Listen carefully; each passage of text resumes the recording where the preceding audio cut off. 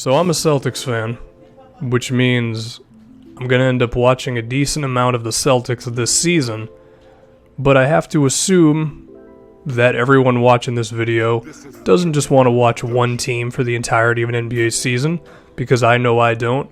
Sure, I appreciate Isaiah Thomas like everybody else, but luckily, thanks to NBA League Pass, I can see any game that's happening this season. So we're going to talk about a few of the best League Pass teams for this upcoming NBA season. If you don't have NBA League Pass, I would recommend you at least try to get it. Here's the thing.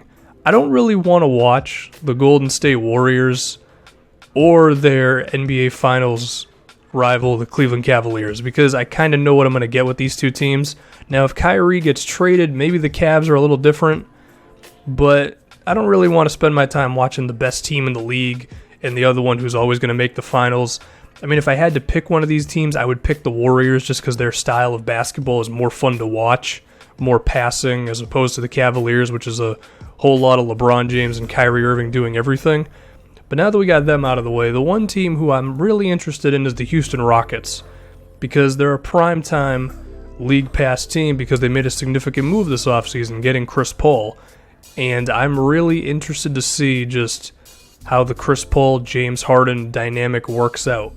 Also, there are some chances for this to go kind of poorly, and sometimes Chris Paul might yell at James Harden, and then Harden doesn't know what to do with himself because no one's ever yelled at the guy before.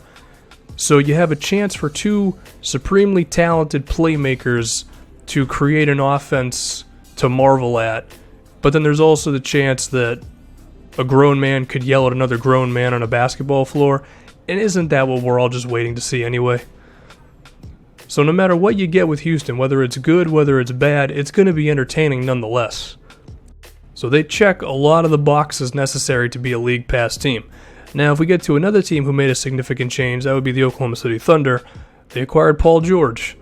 Now, do I think PG is going to get in Westbrook's face if Russ shoots the ball a little bit too much?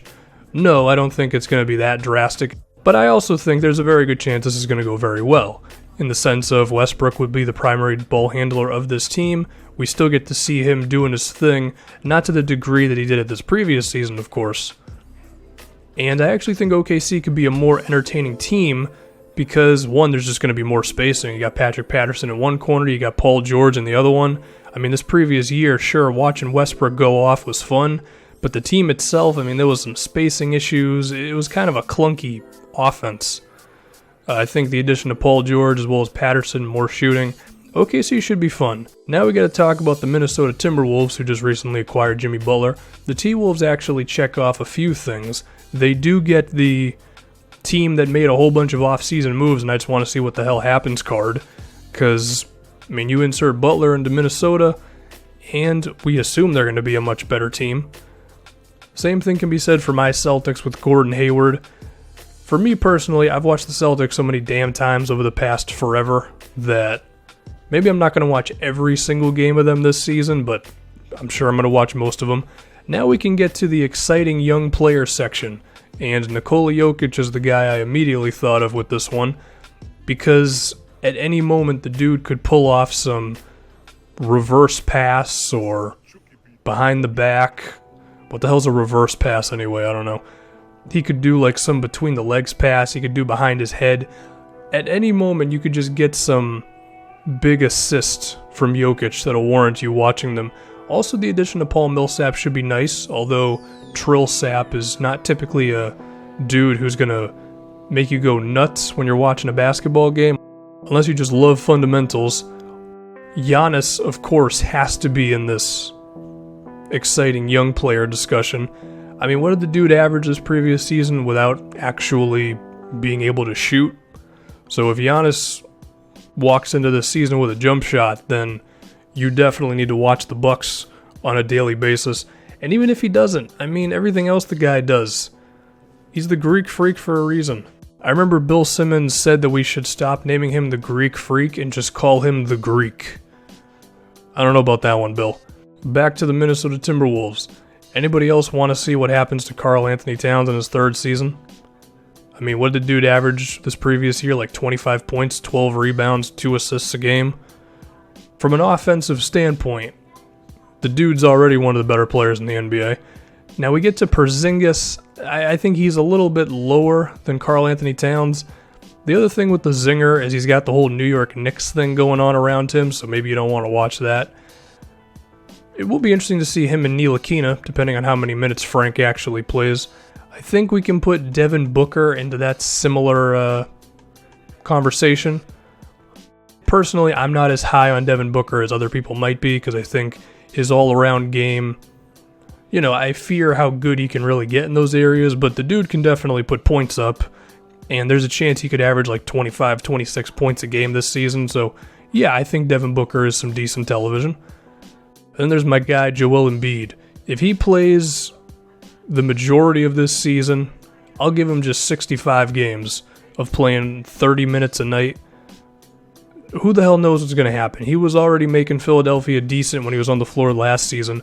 You could also watch the Brooklyn Nets, because they have D'Angelo Russell, and every time Russell does anything well, you could tweet at me and call me an asshole. So, what more do you want out of that one, right? You get to watch them with some ulterior motives. That's when basketball is at its most fun. Now we're just going to get to rookies, because those guys are always reasons to watch a basketball team.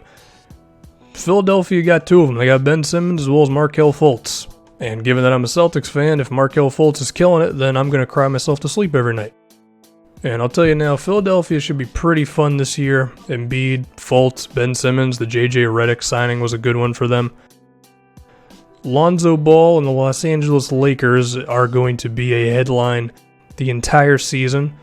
For some things that happen on the floor, hopefully it's Lonzo being an awesome playmaker, and then his dad doing whatever the hell LeVar Ball wants to do at this point. I think that guy's potential is pretty much endless. And we have another point guard here, De'Aaron Fox. The point guards, or the rookies that I'm showing, are typically point guards because those type of guys have higher usages early on. Someone like a Jonathan Isaac, I don't know how much he's really going to do in his rookie season, and before he averages like 18 points a game. Another one's Dennis Smith. I had a tweet that said this, and I'm going to steal my own tweet. I'm excited to see Dennis Smith with Rick Carlisle, but I'm even more excited to see Rick Carlisle with Dennis Smith. And that makes no sense whatsoever, but if you think about it hard enough, it still makes no sense, and that's why I love it. I also want to see what happens with the Pelicans, just because what the hell is going to happen with the Pelicans? We got the awesome Anthony Davis. That sounds like a UFC nickname. We got DeMarcus Cousins, who I've been slandering on Twitter lately for reasons that I can't entirely figure out. And I just want to see if those two can actually make this thing work, because I think that could be a pretty impactful thing in today's NBA. The San Antonio Spurs, because they're the San Antonio Spurs. If you want ball movement and basketball harmony, and Kawhi Leonard doing weird stuff, you got that one. And maybe Milos Teodosic, if that's his last name, I forgot. And the Clippers, they could be fun this year. And then there's the Miami Heat.